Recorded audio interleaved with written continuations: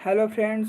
आज हम energy conservation का एक नया चैप्टर जिसका नाम है energy conservation building code start करने वाले हैं। यह जो हमारा चैप्टर है एग्ज़ाम की दृष्टि से काफ़ी इम्पॉर्टेंट है और यह हमारा छोटा चैप्टर भी है।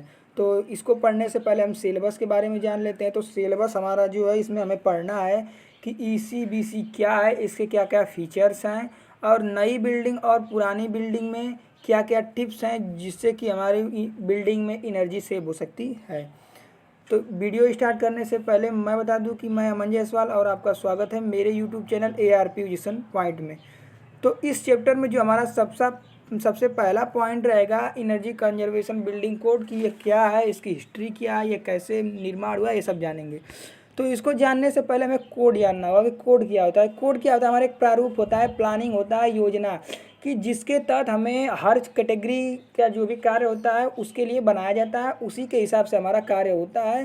तो वो जो हमारा कार्य होगा अच्छा होगा और हमारे लिए क्या होगा, लाभदायक होगा।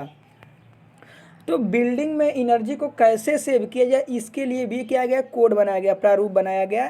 तो इसी के बारे में हमें पढ़ना है। तो देख लेते हैं। लिखा है ईसीबीसी बिजली मंत्रालय भारत सरकार द्वारा मई 2007 में भवन में एनर्जी इफिशियंसी को बढ़ावा देने वाली क्या है, एक संस्थान है।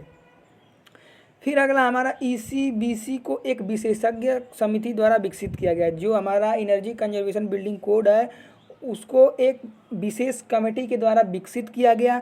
उस कमेटी में कौन कौन से संस्थान थे, कौन कौन लोग थे। तो वो हमारा पहला संस्थान था BEE, जिसका फुल फॉर्म क्या है, ब्यूरो ऑफ एनर्जी इफिशियंसी।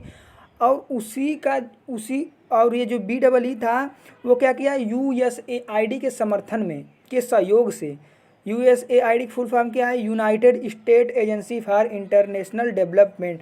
तो इन दोनों के समर्थन जब था हमारा और कुछ लोग का मार्गदर्शन था, कुछ स्टॉक होल्डर थे जैसे आर्किटेक्चर सलाहकार और जो हमारे विभिन्न प्रकार के जो बिल्डिंग से संबंधित संस्थाएं बनी हैं और जो सरकारी कर्मचारी हैं, तो उनकी एक कमेटी बैठाई गई उनमें इसके लिए कि एनर्जी कंजर्वेशन बिल्डिंग में कैसे करें। इसके लिए क्या गया, एक संस्था का संगठन किया गया। इसी को हम ईसीबीसी बोलते हैं, एनर्जी कंजर्वेशन बिल्डिंग कोड। आगे है कि ईसीबीसी निम्न के लिए डिजाइन मानदंड प्रदान करता है। मतलब ईसीबीसी बिल्डिंग में क्या क्या ऐसी चीज़ें हैं उन्हीं के लिए क्या क्या हमारा एक कोड, एक नियम बनाया है। तो पहला है भवन के निर्माण जिसमें दीवारों एवं छतों को खिड़कियों के लिए ऊष्मा प्रदर्शन। कहने का मतलब जब हमारा भवन निर्माण होगा तो हमें जो दीवारें होंगी, छतें होंगी, खिड़कियाँ होंगी, उन्हें क्या होगा, ऊष्मारोधी बनाना होगा। ताकि जैसे गर्मी के दिनों में अगर हमारा अंदर कूलिंग है तो जब हमारा दीवारें छतें ऊष्मारोधी होंगी तो बाहर की गर्मी अंदर नहीं आएगी और गर्मी अंदर नहीं आएगी तो हमारी कूलिंग जो होगी अत्यधिक देर तक बनी रहेगी। तो हमें अलग से ज़्यादा देर तक कूलिंग करने की ज़रूरत नहीं है। एक बार हम 1 घंटे के लिए मान लीजिए कूलिंग कर दिए तो वो कूलिंग जो हमारा रहेगा काफ़ी लंबे समय तक रहेगा। तो इस तरह से हमारा क्या होगा, एनर्जी सेव होगा। फिर अगला है प्रकाश व्यवस्था। प्रकाश व्यवस्था का मतलब क्या है कि हमारी जो भी बिल्डिंग्स बनेंगी उसमें प्रकाश की उचित व्यवस्था होनी चाहिए। कि मतलब दिन में उजाला, उसमें अगर सूर्य निकला है तो उस घर में हमारा प्रकाश एकदम परफेक्टली आए। ऐसा नहीं कि किसी भी हमारे कमरे में प्रकाश न आए तो दिन में उसके लिए हमें लाइट जलाना पड़े, ऐसा नहीं। तो इसमें एक नियम बनाया गया, एक प्रारूप तैयार किया कि ऐसे ऐसे बनाना है तो हमारा बिल्डिंग होगा उसमें प्रकाश की उचित व्यवस्था रहेगी। फिर है विद्युत तंत्र, इलेक्ट्रिसिटी का सिस्टम भी उसमें कैसे देना है ताकि हमारा जो बिल्डिंग हो सेफ हो। कहने का मतलब ऐसा नहीं है कि हमें इलेक्ट्रिसिटी ऐसे जगह देते जहां हमारा हमेशा सीलन आता हो तो वहां पे हमारा शॉर्ट सर्किट की संभावना रहती है। तो इसके लिए भी उसमें बताया गया है कि कहाँ हमारा जो भी इलेक्ट्रिक सप्लाई सिस्टम है वो कहाँ रहेगा। फिर अगला है HVAC तंत्र जिसमें ऊष्मा प्रदर्शन, कूलिंग तथा वायु वितरण प्रणाली के लिए। HVAC का मतलब क्या है, हाई वोल्टेज अल्टरनेटिव करेंट। तो इसके तंत्र में जिसमें ऊर्जा प्रदर्शन, कूलिंग तथा वायु वितरण प्रणाली के लिए। तो इन्हीं के लिए हमारा ईसीबीसी जो है क्या है, एक मानक तैयार करता है। अगला है ईसीबीसी के माध्यम से इमारतों के निर्माण में लगभग 40 से 60% तक ऊर्जा का कम उपयोग होता है। कहने का मतलब जब हम इस कोड के नियम का पालन करेंगे और उसके तहत हम बिल्डिंग का निर्माण करेंगे तो हमारे घर में ऊर्जा की जो खपत होगी 40 से 60% खपत कम होगी। क्यों?